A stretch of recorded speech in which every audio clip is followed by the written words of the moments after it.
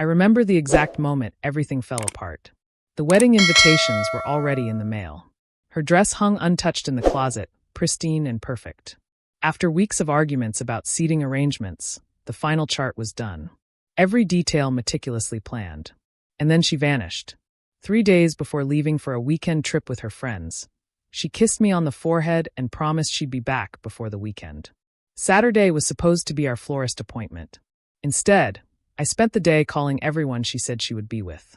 No one had seen her. Panic rose, but at first, I convinced myself something tragic had happened.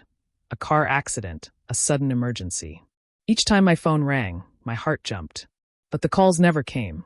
It wasn't bad news that broke me. It was the silence. 5 days passed. No texts, no calls, no emails. Her parents were frantic. I filed a missing persons report, checked every account she had, searched her social media. Nothing. The police said to wait, that maybe she just needed space before the wedding. Space. That was the excuse. Then, on the 6th night, at 2:15 a.m., my phone buzzed. My heart lurched. It was her. The message was chillingly brief. I'm okay. I need time to think. Don't worry. I'll explain soon. Nothing about love, nothing about missing me. Just cold distance. I stared at that screen for an hour without replying. Something was off. The wedding never happened. The next morning, I called her mother. She hadn't heard from her either. She had shut everyone out completely. By the 7th day, the venue called for a final confirmation. That's when I knew I had to cancel it.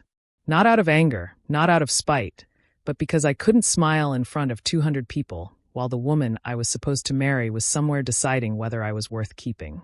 My parents were supportive. Hers begged me to wait. But silence had already answered for her. 2 weeks later, she returned. I was packing decorations I would never use when the doorbell rang.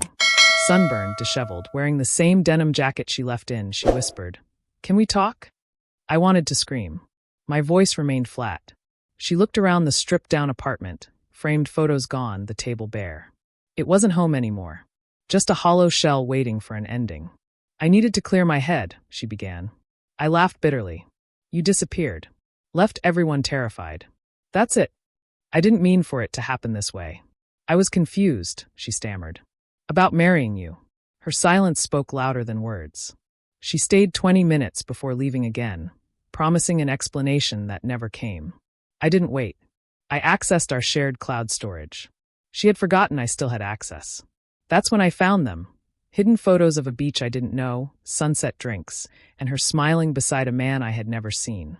His arm was draped around her, like she belonged to him. The timestamps matched the week she vanished. Betrayal cut like a blade. The next day, I called her. My voice was unnervingly calm. "Who is he?" She didn't ask who I meant. She didn't deny it. After a long silence, she whispered, "Tyler. I met him 6 months ago at the gym." 6 months. Half a year of lies. While we planned a wedding, she was sneaking away with him. "Why?" I managed, voice breaking. "I don't know. It was a mistake at first. A fling. But as the wedding approached, I panicked.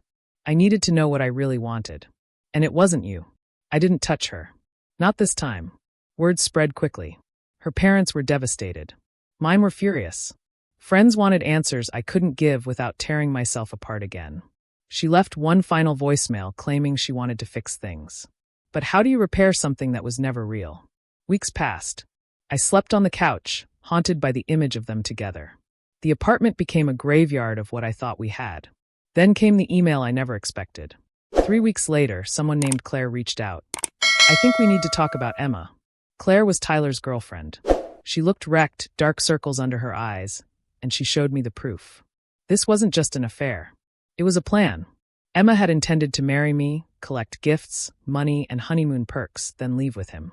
Claire had emails about the prenup, showing Emma's fury that I hadn't dropped it. The plan fell apart, and that's when Emma vanished.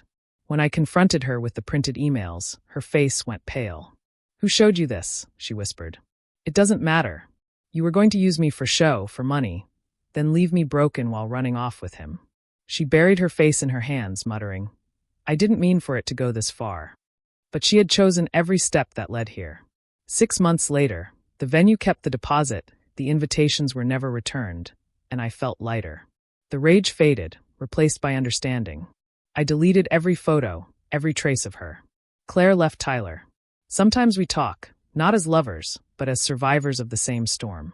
At night, I wonder if she ever loved me, or if I was always just a placeholder. Then I remember the look in her eyes when I canceled the wedding. Not sorrow, not heartbreak, but fear. Fear because her mask had slipped. Betrayal doesn't always come with slammed doors or shouting. Sometimes it's a gentle kiss on the forehead and a promise to return soon. The deepest wound isn't the wedding you cancel. It's the life you almost stepped into, a life built entirely on lies. I dodged a bullet, and for that I'm grateful. Hit like if you felt the suspense, and subscribe for more gripping stories of betrayal, secrets, and shocking twists. Turn on notifications so you never miss a story that will keep you on the edge of your seat.